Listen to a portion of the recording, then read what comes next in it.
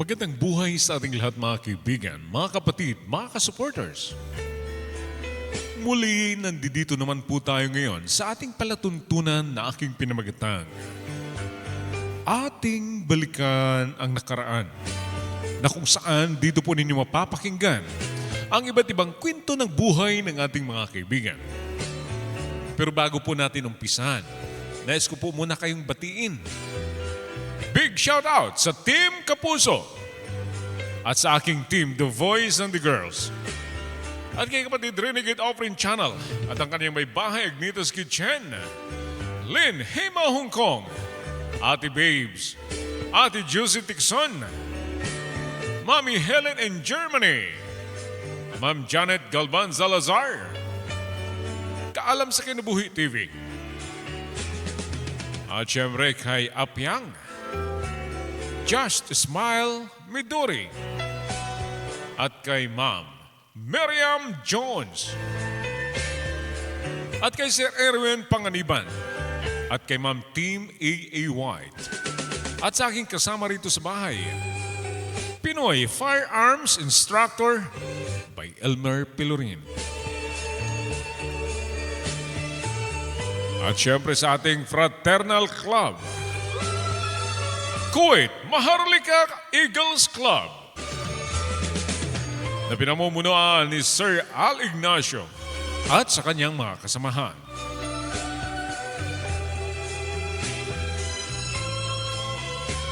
At ngayon, may bago naman po tayong sulat na babasahin. Galing sa ating kaibigan ito, atin ang umpisahan.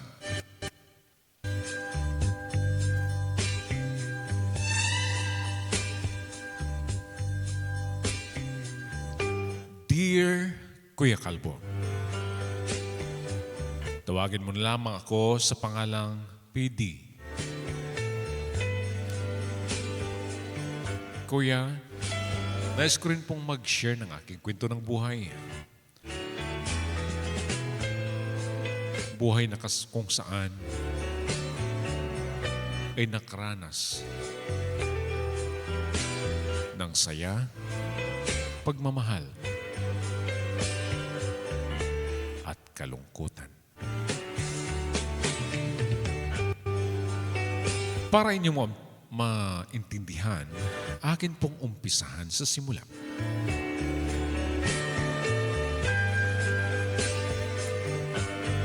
Nagtatrabaho na ako, kuya. May magandang sahod. Ang kulang na lamang talaga sa akin noon ay makakita ng isang babae na magpatibok sa aking puso. Pihikan ako sa babae, kuya. Hindi naman ako kagwapuhan. Pero may kanya-kanya tayong gusto sa buhay. Lalo na sa pagdating sa ating minamahal.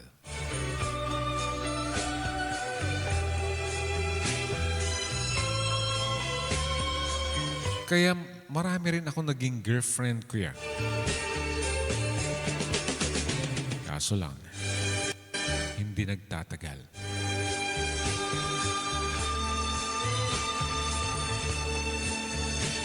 Kaya minsan,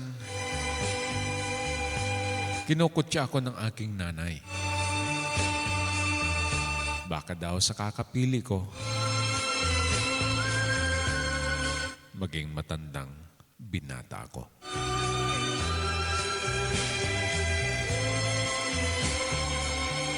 Mas excited ang aking nanay kaysa sa akin. Pero dahil hindi naman ako nagmamadali,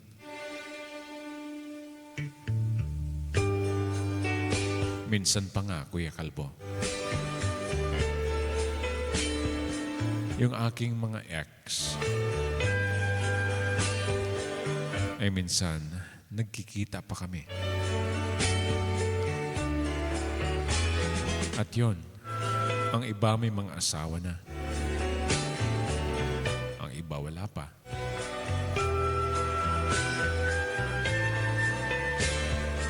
At nakakutya din sila sa akin na bakit hindi pa daw ako nag-aasawa.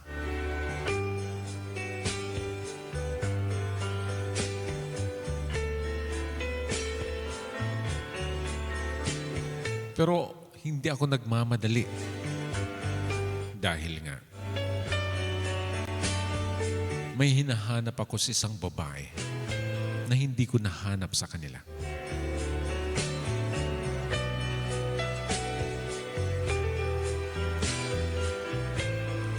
Kaya, sa totoo lamang, Kuya Kalbo, umabot na ako ng 33 years old. Ng mga panahon na iyon, ay hindi pa rin talaga ako nagkaroon ng seryosong relasyon.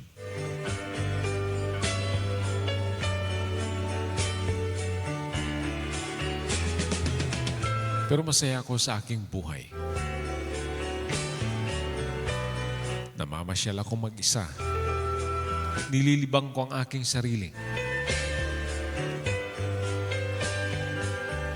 Minsan nanonood ako ng sine na ako lang.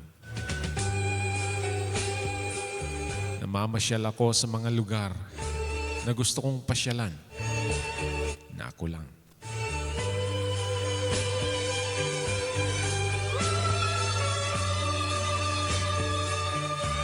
Pero dumating ang araw, Kuya Kalbo.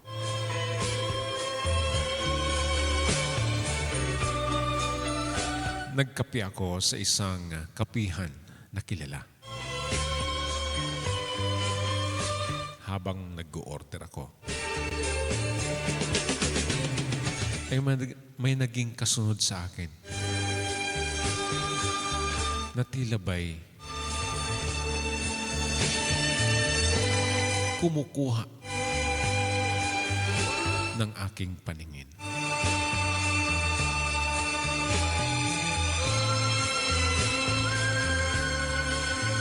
Kinukuha niya ang aking atensyon.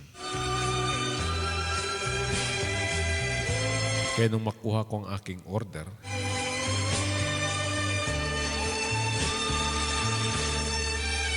pumunta ako sa isang gilid na kung saan yun na lang ang bakanting table. Iwan ko ba kung bakit napakapuno ng kapihang iyon. Kaya, lagi ako nakatingin sa kanya habang siya'y nag-o-order, Kuya Kalbo.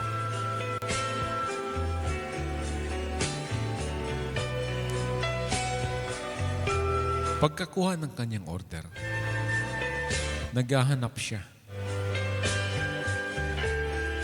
ng bakanting table.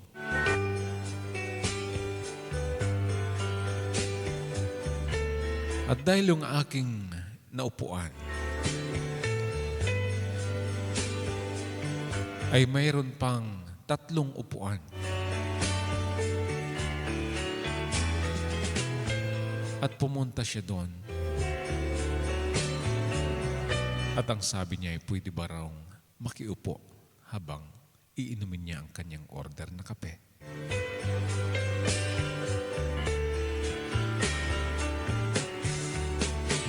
At agad ko namang sinabing pwedeng-pwede. Habang hawak-hawak ko ang aking telepono,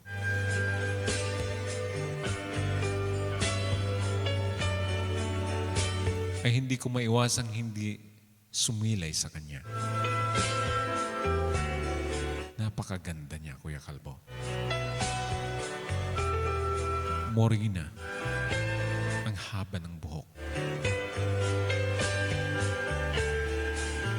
At sexy, Kuya Kalbo.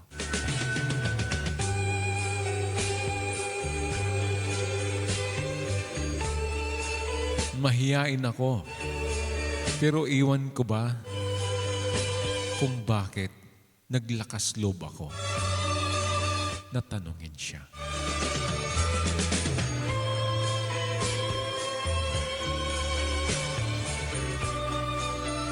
sabi ko sa kanya, kung mayroon siyang kasama,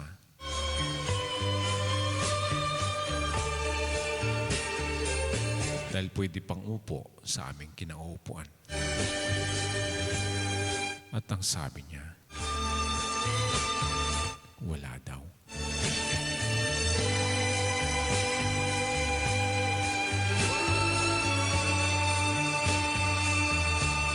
Hanggat sa hindi ko na napigilan ang aking sarili ko yan. Tinanong ko ang kanyang pangalan. Itago na lamang natin sa pangalang Mina. At doon,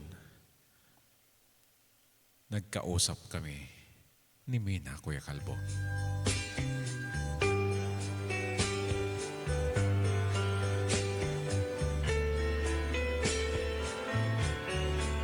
At tinanong ko kung taga saan siya.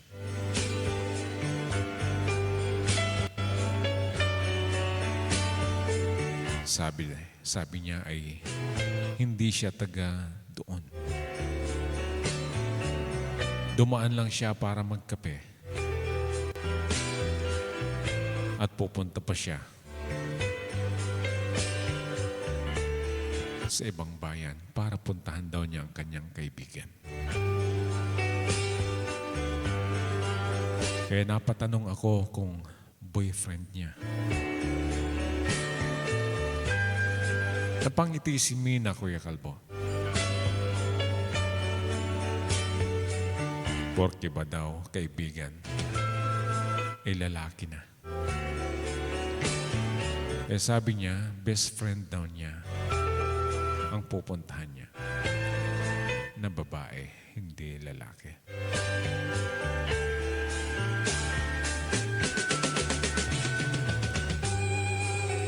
Iiwan ko ba kung bakit parang matagal na kaming magkakilala, Kuya Kalbo, sa mga time na iyon.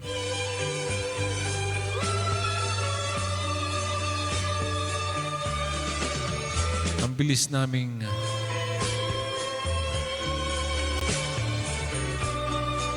maging magkaibigan.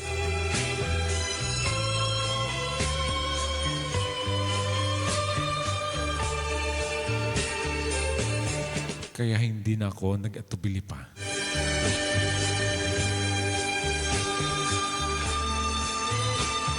Nagpaalam ako kung pwede kong makuha ang kanyang cellphone number.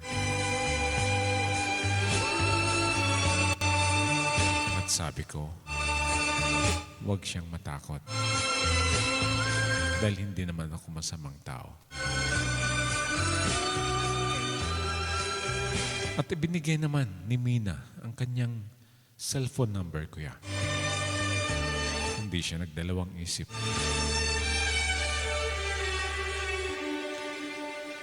Kaya na pagkaubos ng aming iniinom na kape,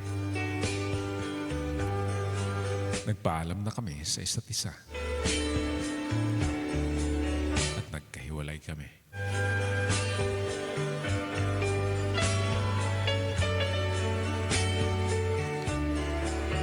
Habang nasa jeep ako noon, hindi ko mawala sa aking isipan si Mina, Kuya. Iwan ko ba kung bakit sa lahat ng babae na aking nakilala, si Mina lang ang kakaiba, Kuya Kalbo.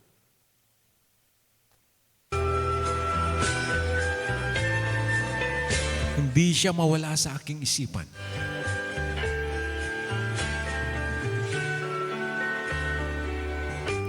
Kaya,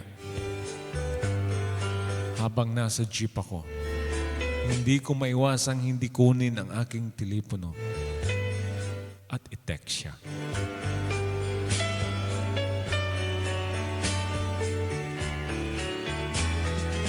Mabuti na lamang ay hindi niya dinidma ang aking text, Kuya.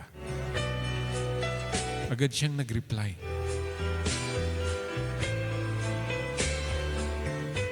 At sabi niya, malapit na rin siyang makarating sa kanyang kaibigan. At sabi ko lang sa kanya, ingat siya lagi.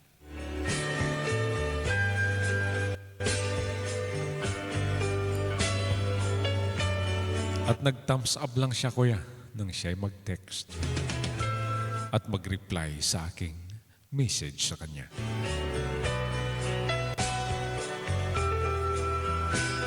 At iwan ko ba kung bakit napapangiti ako sa tuwing siya'y nagre-reply. Pagdating ko ng bahay, ay agad ko siyang tinawagan. Pero hindi na niya sinagot, kuya.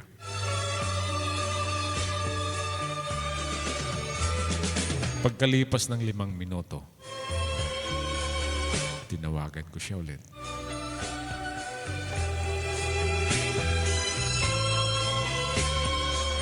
At hindi pa rin niya sinagot. Naisip kong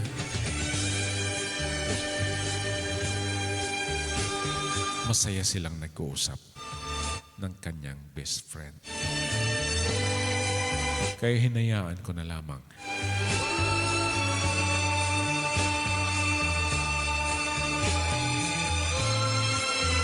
At nakahiga na ako sa aking kama noon, kuya. Nang biglang nag-return call si Mina sa aking tawag. At doon, nakauwi na rin daw siya sa kanilang bahay. At sabi na pasensya na daw dahil hindi niya masagot ang aking tawag. Dahil nagkasiyahan sila at nagkatuwaan. Dahil matagal-tagal daw silang hindi nagkita ng kanyang best friend.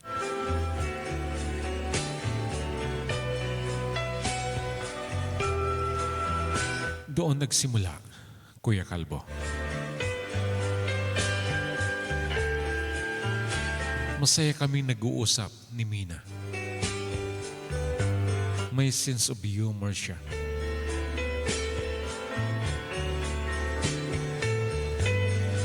At doon ko nasabi na parang siya na nga ang hinahanap kong babae.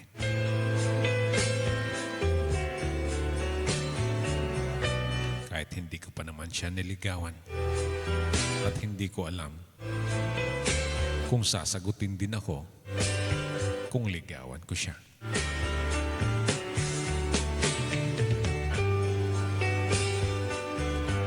Kaya araw-araw kuya, umaga, tanghali, gabi,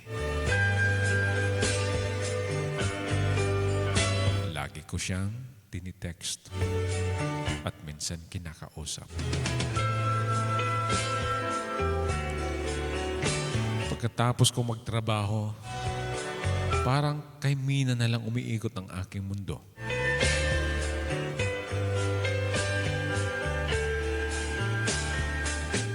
Kaya pag nakita ako ng nanay ko,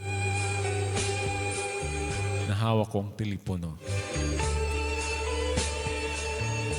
At nakikita niya kung para akong kinikilig sa tuwing nagre-reply si Mina.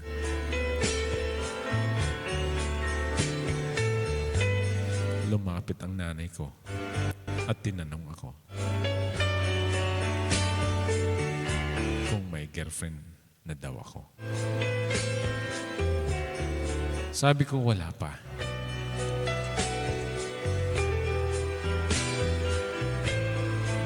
Inulit na naman ng aking nanay.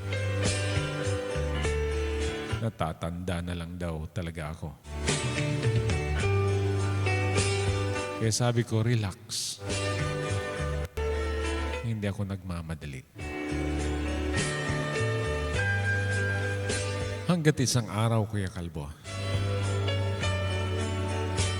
nagpaalam ako kay Mina kung okay lang na mangligaw ako sa kanya.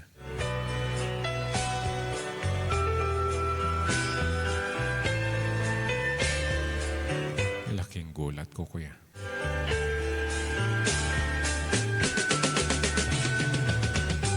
Hindi raw pwede.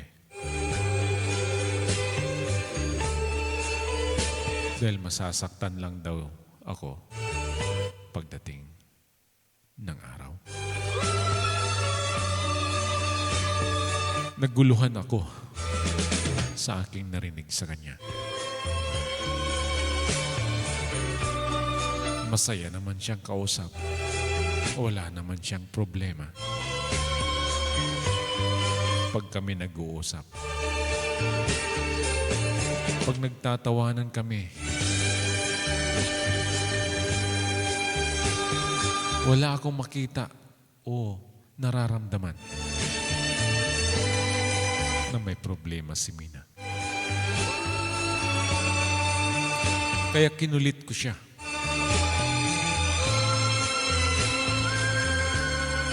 At doon ko nalaman at nagulat ako nang sinabi niyang may cancer of the blood daw siya.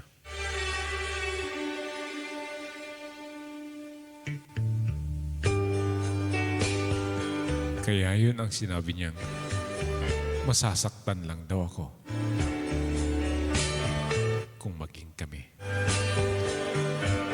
Kaya mas okay na daw na maging magkaibigan na lang kami.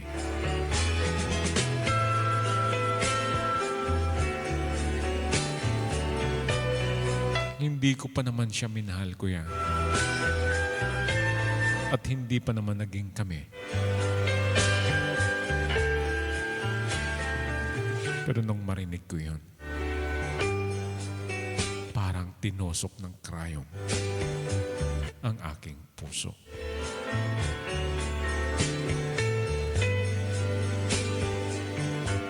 Hindi ko lubos maisip na mayroon siyang sakit na ganon. Dahil sexy siya. Masayahing babae.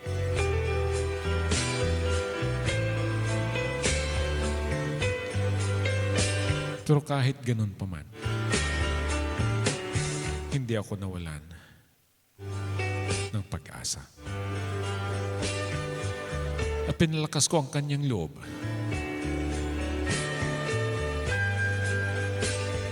Sabi ko, pagtiwala lang sa may kapal.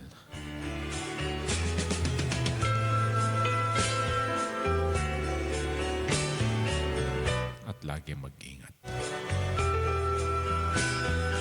Sabi ko sa kanya, handa ako na tulungan siya.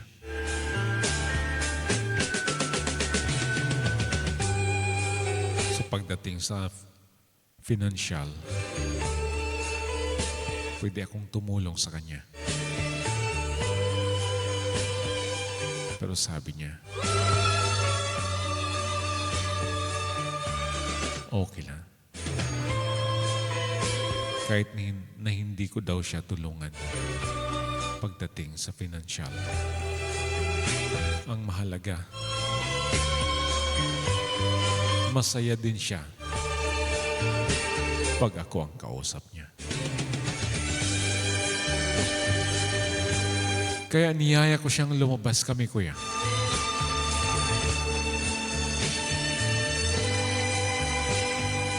Kung okay lang sa kanya. At pumayag naman. At hindi nagtagal.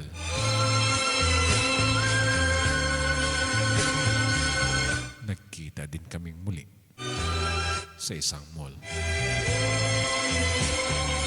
At doon, mas lalo pang naging matibay ang aming pagkakaibigan.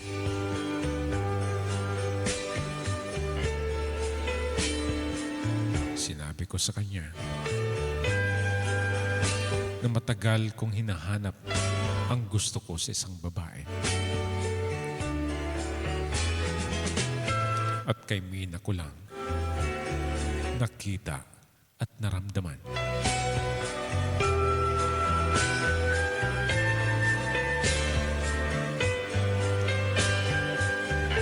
Tinawanan ako ni Mina, kuya. Baka daw. Nabigla lang ako. Pero hindi, kuya. Pinaliwanag ko sa kanya. Mula pa nung una ko siyang nakita sa isang kapihan, hindi na nawala sa aking isipan si Mina.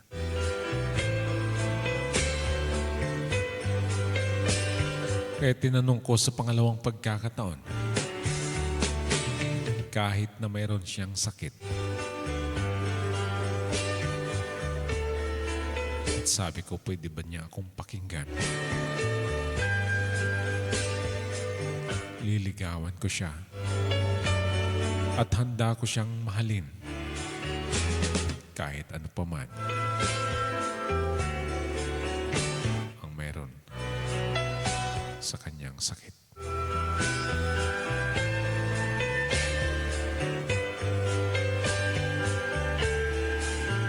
Kaya pinakiusapan ko siya.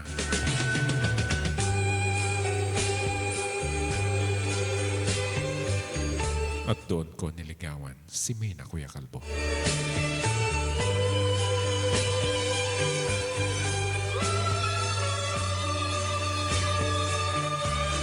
Sabi ko, handa akong tanggapin kung ano ang kanyang sakit at handa akong tumulong sa kanya.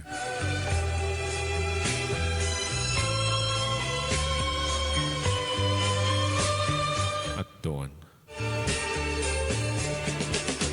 sinagot ako ni Mina, Kuya Kalbo. Napayakap ako sa kanya. Yakap na mahigpit. Nandun yung awa, pagmamahal na totoo.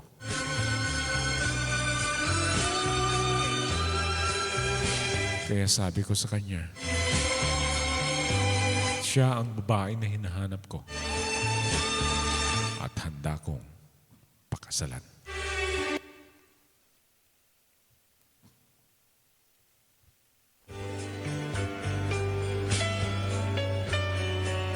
Kaya sinabi na naman Mina sa akin, kuya,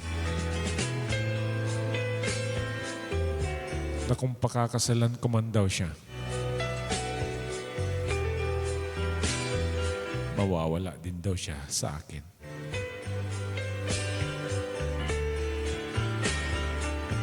Pero sabi ko, handa akong tanggapin.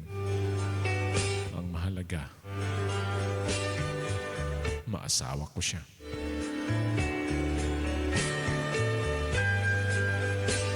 Kaya doon din agad, Kuya Kalbo.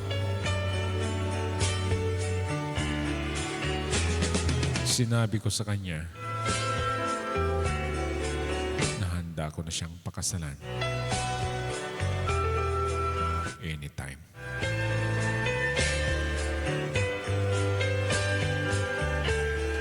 At doon nga, Kuya Kalbo,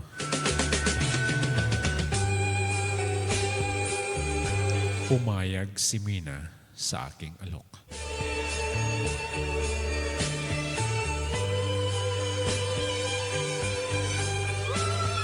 At dumating ang araw na kinasal kami. Napakasaya naming dalawa, kuya. Mula nung makilala ko siya, nagtuloy-tuloy ang aming pagkakakilala. Hanggat sa hindi ko inaasahan na magiging asawa ko siya.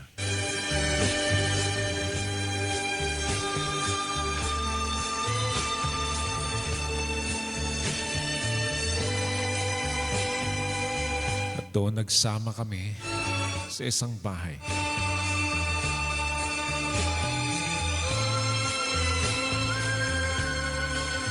Parang walang katapusan ang aming kasiyahan, kuya.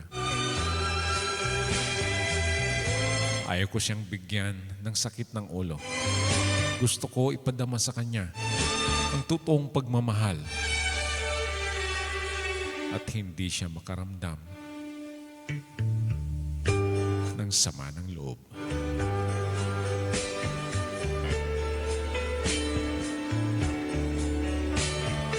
Pero pagkatapos ng 3 buwan ng aming pagsasama,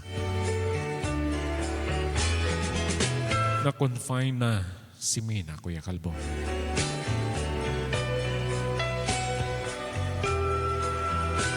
Hanggat 2 linggo lang siya sa ospital,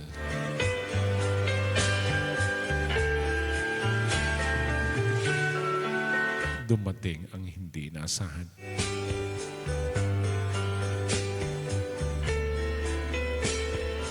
Namatay si Mina, Kuya Kalbo.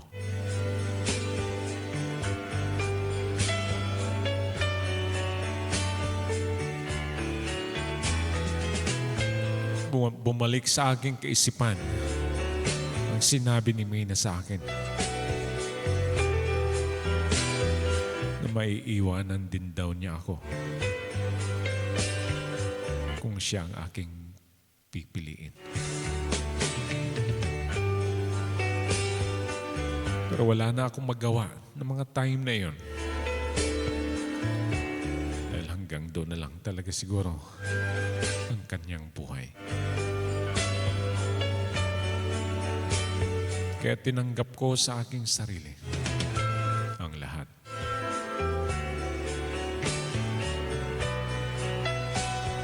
Tinanggap ko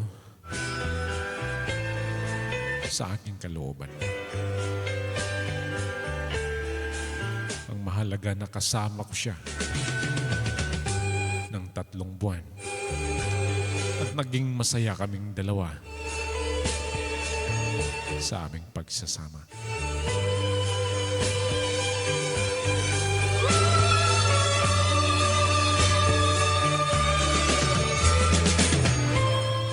Kuya, hanggang ngayon, nagkaroon man ako ng panibagong relasyon. Pero hindi ko pa rin makalimutan si Mina sa aking puso't isipan.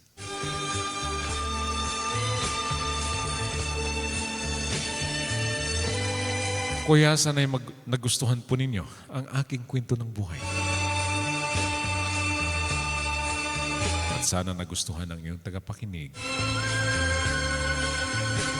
ang aking na-share na kwento ng buhay. Maraming salamat sa iyong palatuntunan.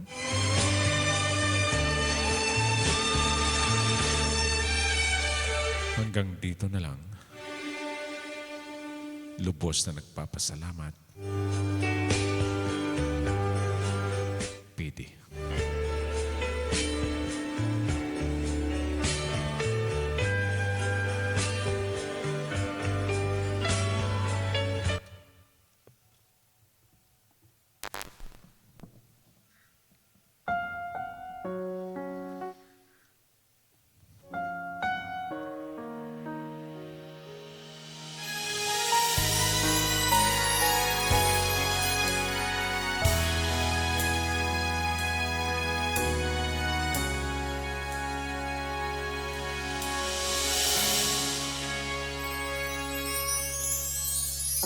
Sir PD, maraming salamat sa iyong napakagandang kwento. Kwento na masasabi nating may saya. Pero nang ibabaw ang kalungkutan.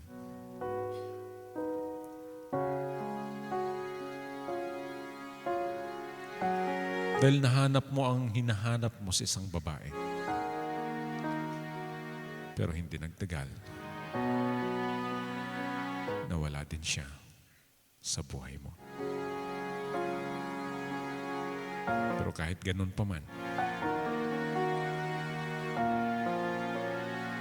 ang mahalaga ay natanggap mo sa buhay mo.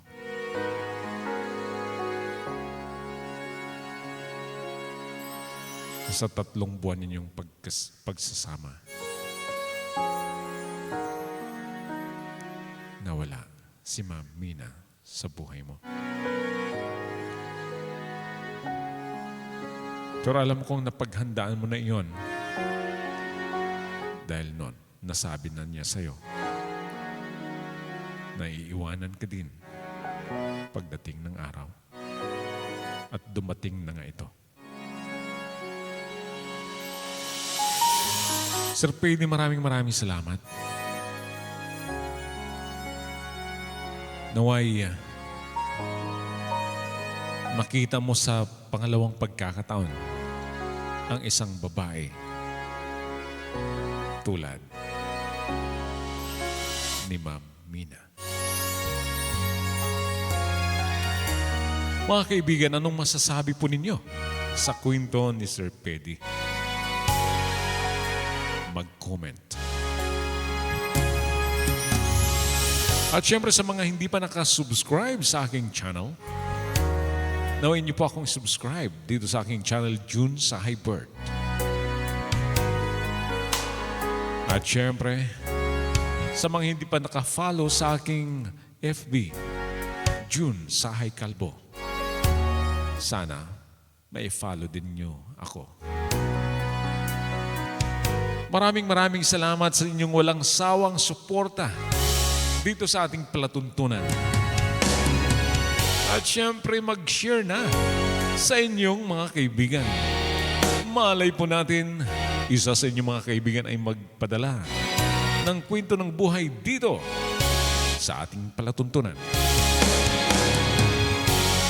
Hanggang sa muli, maraming salamat po. Ako nga po pala si June Sahay Bird sa YouTube at si June Sahay Kalbo sa FB. Ang nagsasabing, God bless us